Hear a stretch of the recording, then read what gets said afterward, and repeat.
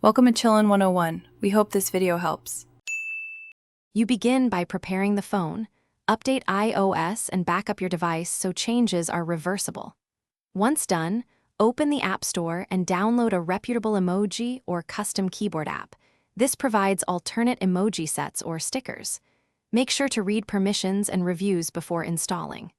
After installation, go to Settings General Keyboard to add the new keyboard. You'll start the process now by enabling the keyboard and moving to permission steps that let it replace or augment emoji.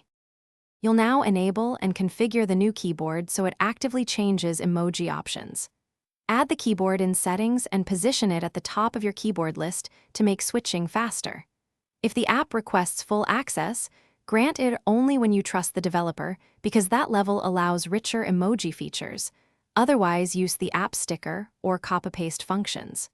Once configured, test in Messages by tapping the globe icon to switch keyboards and confirm the new emoji set appears as expected. Finish by using the keyboard in real conversations. Tap the globe to switch and choose emoji, or open the app sticker panel to paste custom emoji. Make sure to fine-tune settings inside the app for themes, size, and shortcut behavior. You can also add text replacements in Settings General Keyboard to map short phrases to specific emoji or sticker codes. If things go wrong, restart your iPhone, revoke and re-grant permissions, or reinstall the keyboard app. These steps resolve most permission or loading problems. Thanks for watching. Consider subscribing if we helped you.